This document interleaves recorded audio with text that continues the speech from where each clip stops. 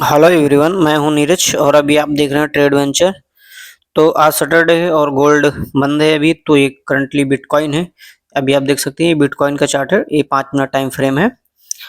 तो सबसे पहले हम मार्केट को एनालिसिस करेंगे। जूम करते हैं चार्ट को।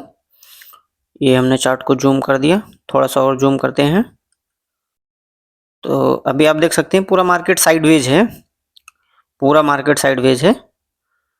तो सबसे पहले एक ट्रेंड लाइन नीचे से आ रही, हम इस ट्रेंड लाइन को मार्क करते हैं। सबसे पहले ये ट्रेंड लाइन हमने मार्क कर दिया। ऊपर से एक रेजिस्टेंस है, रेजिस्टेंस को भी मार्क कर देते हैं। इसमें एंट्री बेसिक है, अभी आपको भी पता है अगर ट्रेंड लाइन को ब्रेक करेगा तब एंट्री बनेगी और रेजिस्टेंस को ब्रेक करेगा तब एंट्री बनेगी। बस सिंपल, एकदम सिंपल, इसमें कोई ज़्यादा कॉन्सेप्ट घुसाने की जरूरत नहीं, एकदम सिंपल है। ठीक है। तो अगर जैसा भी होता है, अगर इसको ऊपर ब्रेक करके फिर पुल बैक देगा हमारे 9 EMA पे, तो हम एंट्री लेंगे, और अगर ये नीचे को ब्रेक करता है तब एंट्री लेंगे हम। अभी क्लियरली देख सकते हैं आप, कितना आसान है मार्केट को एनालिसिस करना, कितना आसान है। नीचे ट्रेंड लाइन है, ऊपर रेजिस्टेंस है, अगर मार्केट रेजिस्टेंस को ब्रेक करता है तब हमारी एंट्री बनेगी, और अगर मार्केट ट्रेंड लाइन को ब्रेक करता है तब हमारी एंट्री बनेगी। बस पुल बैक पे एंट्री लेनी है, डायरेक्ट एंट्री नहीं लेनी, क्योंकि कई बार फेक ब्रेकआउट होता है। ठीक है। तो अभी मार्केट साइडवेज है, सैटरडे है, तो हो सकता है साइडवेज रहे। इससे अच्छा मैं सोच रहा हूँ एक डिस्कस कर लेते हैं स्ट्रेटजी के बारे में। 9 और 30 EMA मैंने पहले भी बताया है, और आज इसका मैं एक एडवांस कॉन्सेप्ट बताने वाला हूँ जो कि बहुत ही हेल्पफुल होगा। सबसे पहले मैं ड्राइंग को रिमूव कर देता हूँ, सॉरी, थोड़ा बोलने का कॉन्फिडेंस कम है अभी। सबसे पहले ड्राइंग को रिमूव कर देते हैं, उसके बाद फिर थोड़ा सा चार्ट को और जूम कर देते हैं। तो सबसे पहले इसको 4 आवर पे क्लिक करेंगे। हमने चार्ट को 4 आवर पे क्लिक कर दिया है, और पहले की कुछ ड्राइंग है इसको थोड़ा सा रिमूव कर देते हैं। ये पहले की ड्राइंग रिमूव कर देते हैं ताकि क्लियरली हमें समझ में आए, चार्ट अच्छे से दिखे। ठीक है।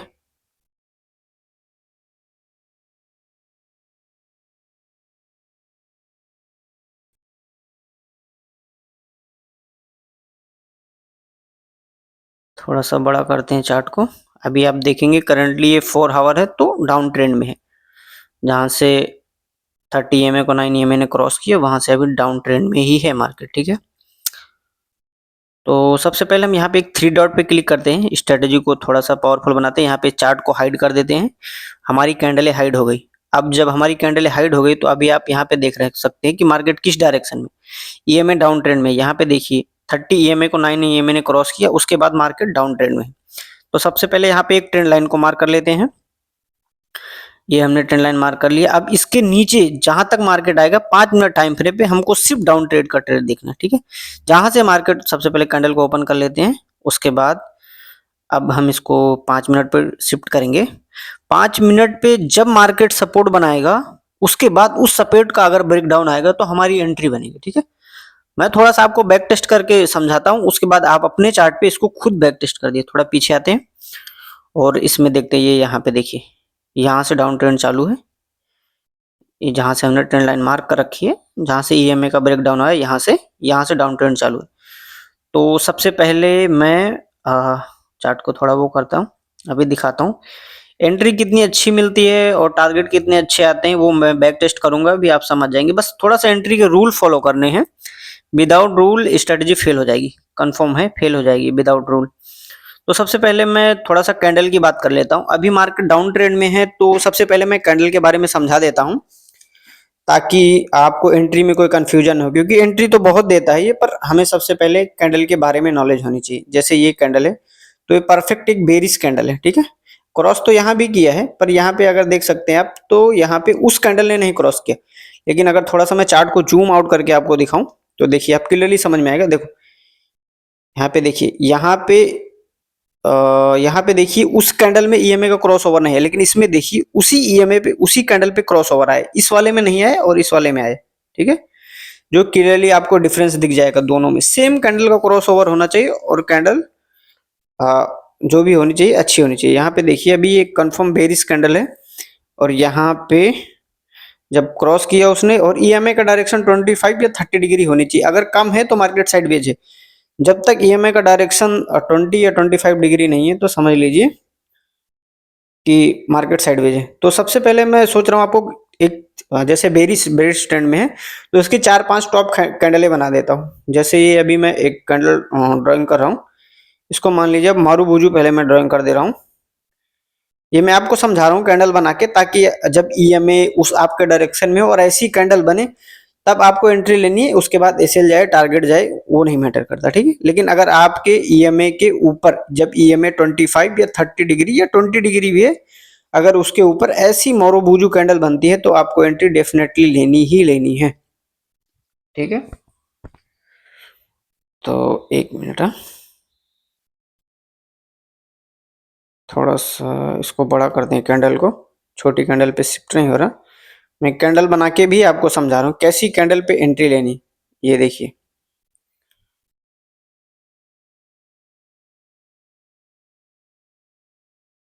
मारूबुजू, ठीक है। अगर ऐसी कैंडल बनती है और सेम कैंडल का ईएमए क्रॉस ओवर आता है, 30 ईएमए को 9 ईएमए क्रॉस करके 25 या 30 डिग्री पे जाता है, तो उसके बाद हमको एंट्री लेनी है। और याद रखना है अगर ईएमए दूर है और कैंडल क्लोज हो रही है तो एंट्री नहीं लेनी, एंट्री अवॉइड कर देनी। सेम कैंडल होना चाहिए, सेम कैंडल की बात कर रहा हूँ। दूसरी कैंडल हमारी ये हो गई, ये शूटिंग स्टार। अगर ऐसी कैंडल बनती है तब भी एंट्री आंख बंद करके, एंट्री आंख बंद करके नहीं, मतलब एंट्री लेनी है, ठीक है। बेझिझक एंट्री लेनी है। एसएल जाएगा कोई बात नहीं, एसएल तो जाएगा ही जाएगा, ठीक है।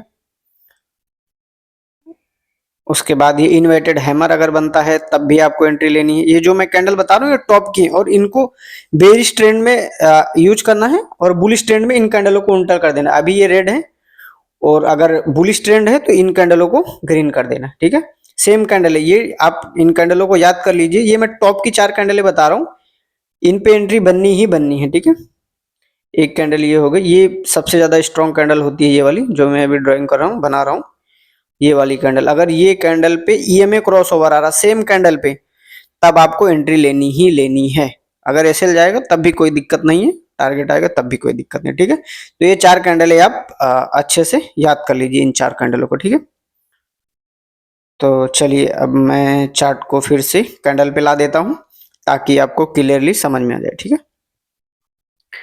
तो देखिए यहाँ पे एक एंट्री बनी, उसके बाद अब हमने 4 घंटे पे देखा है कि मार्केट बेरिश है, तो हमें बुलिश सेटअप ही नहीं देखना, ठीक है।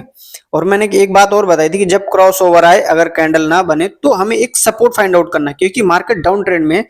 और डाउन ट्रेंड में जब भी मार्केट सपोर्ट क्रिएट करता है उसके बाद जब उस सपोर्ट का ब्रेकडाउन आता है तो हमें बहुत ही अच्छी अपॉर्चुनिटी मिलती है जिसमें टारगेट हमारा बहुत अच्छा आता है, जो कि मैं बैक टेस्ट कर रहा हूं। और अभी आपको ये बैक टेस्ट करने के बाद आपको पता चल जाएगा और खुद आप अपने चार्ट पे करिए। यहाँ पे देखिए ईएमए क्रॉस ओवर है, पर मैंने जो कैंडल बताई थी उसमें कोई कैंडल नहीं है यहाँ पे, ठीक है।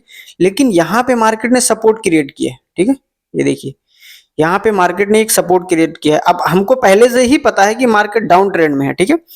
अब जब डाउन ट्रेंड में है और ईएमए क्रॉस ओवर आया है और मार्केट सपोर्ट ब्रेक कर रहा है वो वाला, उसके बाद अगर हमारी कोई कैंडल अच्छी बन रही है उसके बाद हमको आंख बंद करके एंट्री लेनी, मतलब आंख खोल के एंट्री लेनी है।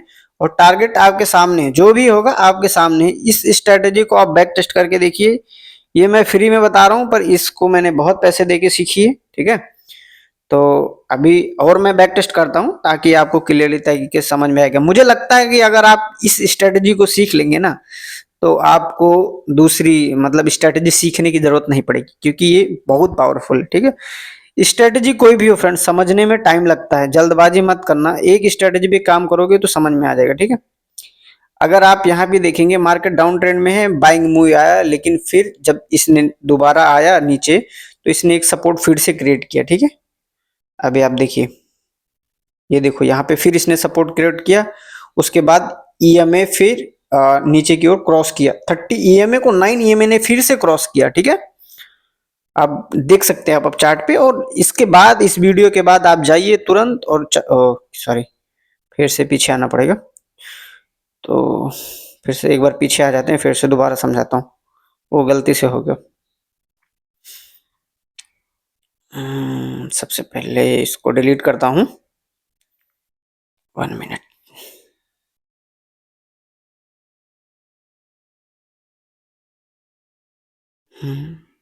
यहाँ पे आप देखिए तो ये जो मैंने बताया था अभी, जो इसके बारे में बता रहा था, उसके बाद भी देखिए आप काफी बढ़िया टारगेट आया है।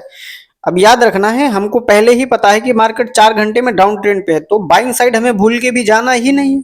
बाइंग साइड से हमको मतलब ही नहीं है, क्योंकि ओवरऑल अगर बुलिश होता तो हम बाइंग साइड देखते।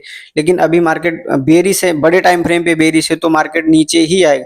अब यहाँ पे अगर आप देखेंगे तो ये यहाँ पे क्रॉस किया, लेकिन कैंडल से ईएमए की दूरी है, सेम कैंडल में नहीं क्रॉस ओवर हुआ। मैंने पहले भी बताया है कि सेम कैंडल में क्रॉस ओवर होना चाहिए। ईएमए और कैंडल में थोड़ा सा डिस्टेंस है, अगर आप ध्यान से देखेंगे। लेकिन यहाँ पे हमारी दूसरी स्ट्रेटेजी काम करेगी। दूसरी कौन सी? कि मार्केट सपोर्ट क्रिएट करेगा, और आप देख सकते हैं मार्केट ने सपोर्ट क्रिएट किया है। ठीक है, और जैसे ही मार्केट ने सपोर्ट क्रिएट किया है, और उसके बाद जो मैंने आपको कैंडल बताई है, देखो वो कैंडल भी बनी है, और उसके बाद आप टारगेट देखिए।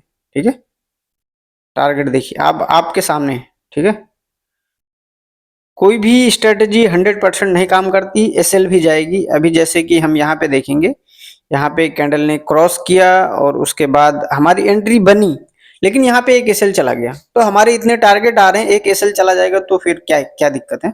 यहाँ पे देखिए, अभी सपोर्ट बनाया, दूसरे में सपोर्ट ब्रेक नहीं किया, और सपोर्ट नहीं ब्रेक किया इसलिए एसएल चला गया हमारा। अगर इस सपोर्ट को ब्रेक कर देता, जो 4 कैंडलों का सपोर्ट है, तो हमारा एसएल नहीं जाता, है ना? तो अभी चला गया। अब बाइंग स्विंग से हमें कोई मतलब ही नहीं है। ठीक है, हम तो सेलिंग में देखेंगे, क्योंकि हमारा तो व्यू है सेलिंग का, क्योंकि पूरा मार्केट डाउन ट्रेंड में है, तो बाइंग से कोई मतलब नहीं। अभी यहाँ पे देखिए क्रॉस किया, लेकिन कोई कैंडल परफेक्ट नहीं बनाया। ईएमए और उसका डिस्टेंस ज्यादा है, कैंडल का और ईएमए से डिस्टेंस ज्यादा है। तो दूसरी यहाँ पे स्ट्रेटेजी क्या काम करेगी? मार्केट सपोर्ट ब्रेक करेगा। ठीक है, अब याद करिए, आपको मैंने जो कैंडलें बताई थी, अब वो यही वही कैंडल यहाँ पे क्रिएट हो रही है ना।